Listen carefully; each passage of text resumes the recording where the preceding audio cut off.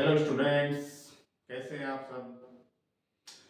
विजय जांगड़ी YouTube classes में आप सभी का स्वागत है। तो आइए इस क्लास में हम पढ़ेंगे सेंटेंस, वाक्य क्या होता है, अर्थ के आधार पर ये कितने प्रकार का होता है। चलिए सबसे पहले देखते हैं कि वाक्य कहते किसे हैं। डेफिनेशन, वाक्य की परिभाषा। It is a group of words, ये शब्दों का एक समूह होता है। It contains a subject and a verb, इसमें एक कर्ता और एक क्रिया होती है। इट गिव्स फुल मीनिंग, और सबसे महत्वपूर्ण बात है ये पूरा अर्थ प्रदान करता है। डियर स्टूडेंट्स, एक क्लोज जो होता है उपवाक्य, उसमें भी सेम यही फीचर्स होती हैं। और एक फ्रेज होता है, वो भी सब शब्दों का समूह होता है, लेकिन उसमें सब्जेक्ट वर्ब कॉम्बिनेशन नहीं होता है और ये पूरा अर्थ प्रदान नहीं करता है एक फ्रेज। तो वाक्य किसे कहेंगे? वाक्य शब्दों का वह समूह है जिसमें सब्जेक्ट वर्ब एग्रीमेंट होता है और वह पूर्ण अर्थ प्रदान करता है।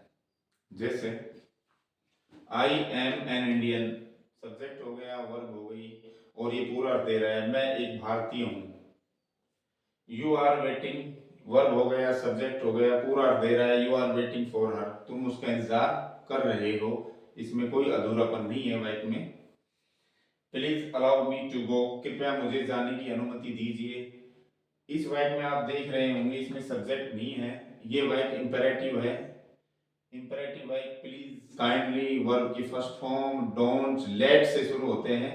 और इन वाक्यों में हिडन जो सब्जेक्ट है वो यू होता है, क्योंकि हम सामने वाले को कुछ करने के लिए कहते हैं, या तो ऑर्डर देते हैं उसको, या उससे रिक्वेस्ट करते हैं, या अनुमति लेते हैं। तो सेकंड पर्सन इसमें हमेशा हिडन होता है, यू। तो सब्जेक्ट इसमें भी है हिडन, वर्ब भी है, पूरा अर्थ दे रहा है, इसलिए ये सेंटेंस है। चलो अब देखते हैं कि अर्थ के आधार पर वाक्य कितने प्रकार के होते हैं। क्योंकि वाक्य जो है वो स्ट्रक्चर्स के आधार पर भी होते हैं, वो 3 प्रकार के होते हैं, लेकिन आज इस क्लास में हम सिर्फ अर्थ के आधार पर वाक्य कितने होते हैं का अध्ययन करने जा रहे हैं, की जानकारी लेने जा रहे हैं। तो देखिए 5 प्रकार के वाक्य होते हैं अर्थ के आधार पर। पहले जो वाक्य है वो है असर्टिव सेंटेंस। असर्टिव सेंटेंस का मतलब होता है तथ्यमूलक वाक्य। तथ्य का मतलब कोई भी बात या घटना या कार्य, किसी भी बात, घटना या कार्य की जो वाक्य सूचना देता है वो असर्टिव सेंटेंस कहलाता है। और ये सूचना 2 तरह से देता है, एक तो सकारात्मक अर्थ में, एक नकारात्मक अर्थ में। जैसे मैं पढ़ता हूँ, सकारात्मक अर्थ हो गया, मैं नहीं पढ़ता हूँ, नकारात्मक अर्थ हो गया। तो इस आधार पर ये 2 प्रकार का हो जाता है, पॉजिटिव और नेगेटिव। अगर किसी काम या घटना के होने की सूचना दे रहा है तो उसे हम पॉजिटिव सेंटेंस कहते हैं। किसी कार्य या तथ्य के नहीं होने की या घटित नहीं होने की सूचना दे रहा है तो उसे हम नेगेटिव कहते हैं। मैं स्कूल जाता हूँ, आई गो टू स्कूल, ये पॉजिटिव हो गया। और हमने उन्हें जाते हुए नहीं देखा, we did not see them go, हमने उन्हें जाते हुए नहीं देखा, ये नहीं होने की सूचना दे रहे हैं। तो प्रिय विद्यार्थियों, काम के होने की और नहीं होने की सूचना देने वाला वाक्य असर्टिव सेंटेंस कहलाता है। इस आधार पर ये 2 प्रकार का होता है, पॉजिटिव और नेगेटिव सेंटेंस। चलिए अब दूसरा वाक्य हम देखते हैं।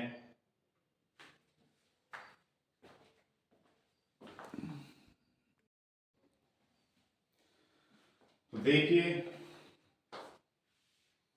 डियर स्टूडेंट्स, दूसरा जो सेंटेंस है वो है इंपेरेटिव सेंटेंस। इसको कहते हैं आज्ञा या प्रार्थना सूचक वाक्य। ऐसे वाक्य जिसमें ऑर्डर्स या कमांड और रिक्वेस्ट के भाव हों इंपेरेटिव सेंटेंस कहलाते हैं। ये वाक्य वर्ब की फर्स्ट फॉर्म से या डोंट से, प्लीज या काइंडली या लेट से शुरू होते हैं, जो अलग अलग सेंस देते हैं। देखिए अगर वर्ब की फर्स्ट फॉर्म से वाक्य शुरू हो, ये दोनों वाक्य वर्ब की फर्स्ट फॉर्म से शुरू हैं, तो ये क्या सेंस दे रहे हैं? ये दे रहे हैं कमांड या ऑर्डर्स का, ऑर्डर दे रहे हैं वाक्य। और ऑर्डर कैसा दे रहे हैं, पॉजिटिव या नेगेटिव, किसी काम को करने का ऑर्डर दे रहे हैं कि नहीं करने का ऑर्डर दे रहे हैं। तो ये कह रहा है बैठ जाइए, ये कह रहा है यहां से निकल जाइए। तो ये ऑर्डर दे रहे हैं, दोनों वाक्य कैसा दे रहे हैं, पॉजिटिव। सेंस है इनका। इसमें फिर अगर हम डोंट से इसी में इन्हीं वाक्यों में डोंट लगा दें या कोई नया वाक्य बनाएं डोंट से, तो वो भी ऑर्डर ही देता है, कमांड ही देता है, लेकिन उसका सेंस होता है नेगेटिव, यानी किसी काम को नहीं करने का ऑर्डर दिया जाता है। जैसे डोंट मूव, मूव मत करो, हिलो मत, जाओ मत। अगर वाक्य में प्लीज या काइंडली लग जाता है तो वाक्य रिक्वेस्ट का भाव देता है। अब ये जो रिक्वेस्ट है ये भी दो तरह से हो सकती है, किसी काम को करने के लिए रिक्वेस्ट, किसी काम को नहीं करने के लिए रिक्वेस्ट। तो ये जो वाक्य है देखिए, तीनों वाक्य किसी काम को करने के लिए निवेदन कर रहे हैं, और निवेदन का भाव तब आएगा जब वाक्य में प्लीज काइंडली लगा हो। प्लीज सेव माई ऑनर, कृपया मेरी इज्जत बचाइए। काइंडली इश्यू मी बुक्स, कृपया मुझे किताबें जारी कीजिए, दीजिए।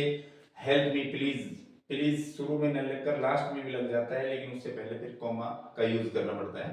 तो ये तीनों जो वाक्य हैं ये रिक्वेस्ट को दर्शा रहे हैं, और रिक्वेस्ट किसी काम को करने के लिए है, इसलिए इसका जो सेंस है वो पॉजिटिव है, सकारात्मक।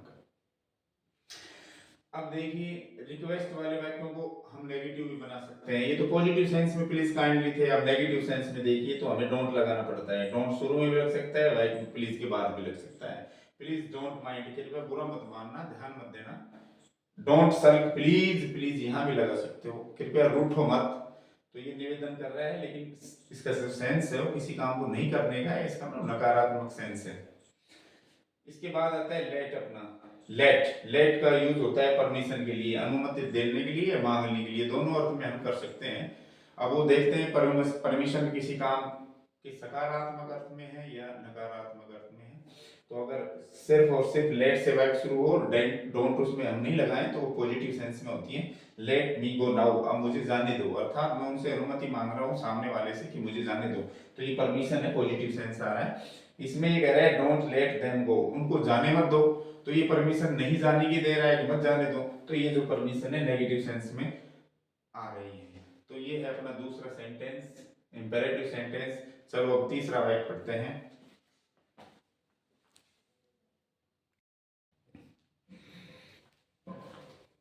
तीसरा वाक्य है इंटरोगेटिव सेंटेंस, यानी प्रश्नवाचक वाक्य।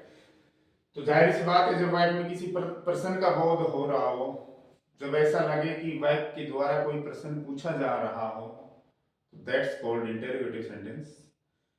और ऐसे वाक्यों के अंत में साइन ऑफ इंटरोगेशन और क्वेश्चन मार्क लगाया जाता है। जैसे ये क्वेश्चन मार्क है, जो भी वाक्य प्रश्नवाचक होगा उसके अंत में प्रश्नवाचक चिन्ह लगाया जाता है। जैसे तुम कहाँ रहते हो, क्या तुम अजमेर में रहते हो, दोनों में प्रश्न का बोध हो रहा है। ये जो वाक्य है दो तरह से शुरू होते हैं, सहायक क्रिया से, हेल्पिंग वर्ब से, जो भी सहायक क्रियाएं अपनी 24 उनसे शुरू होते हैं, या जो WH वर्ड्स हैं उनसे शुरू होते हैं। जैसे इज दैट सो, ये हेल्पिंग वर्ब से शुरू है, प्रश्न बना रहा है, क्या ऐसा है। हु आर यू, तुम कौन हो, प्रश्न बना रहा है। आर यू मैड, क्या तुम पागल हो। अब देखिए जो प्रश्न हेल्पिंग वर्ब से शुरू होते हैं उनका जो आंसर है वो हमें यस और नो में देना पड़ता है।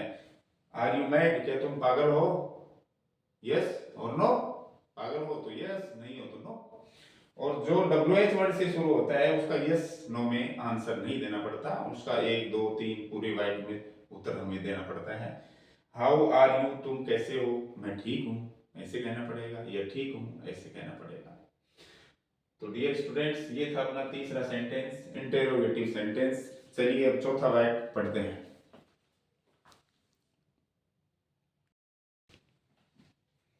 चलिए चौथा वाक्य देखते हैं। ऑप्टेटिव सेंटेंस, इच्छा सूचक वाक्य, जैसा नाम से ही विदित हो रहा है, इच्छा बताने वाला वाक्य। इसमें ये जो वाक्य होते हैं इसमें एक व्यक्ति की इच्छा का दूसरे व्यक्ति के प्रति इच्छा का पता चलता है, यानी एक व्यक्ति दूसरे के प्रति अपनी कैसी इच्छा रख रहा है।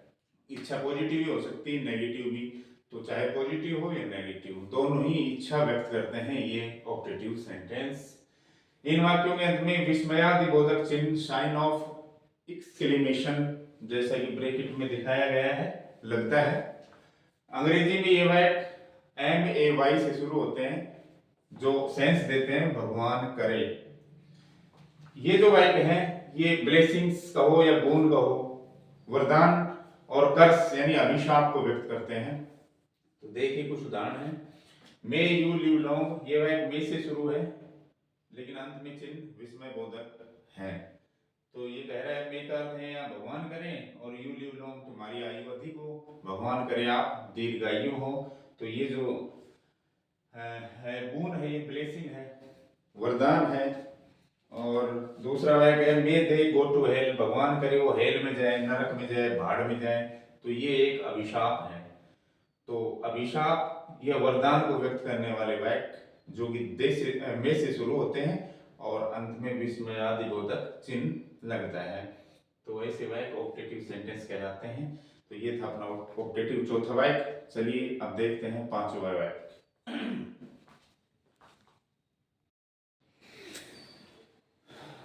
चलिए देखते हैं पांचवा वाक्य। एक्सक्लेमेटरी सेंटेंस, विस्मय आदि बोधक वाक्य, विस्मय आदि का बोध कराने वाले वाक्य।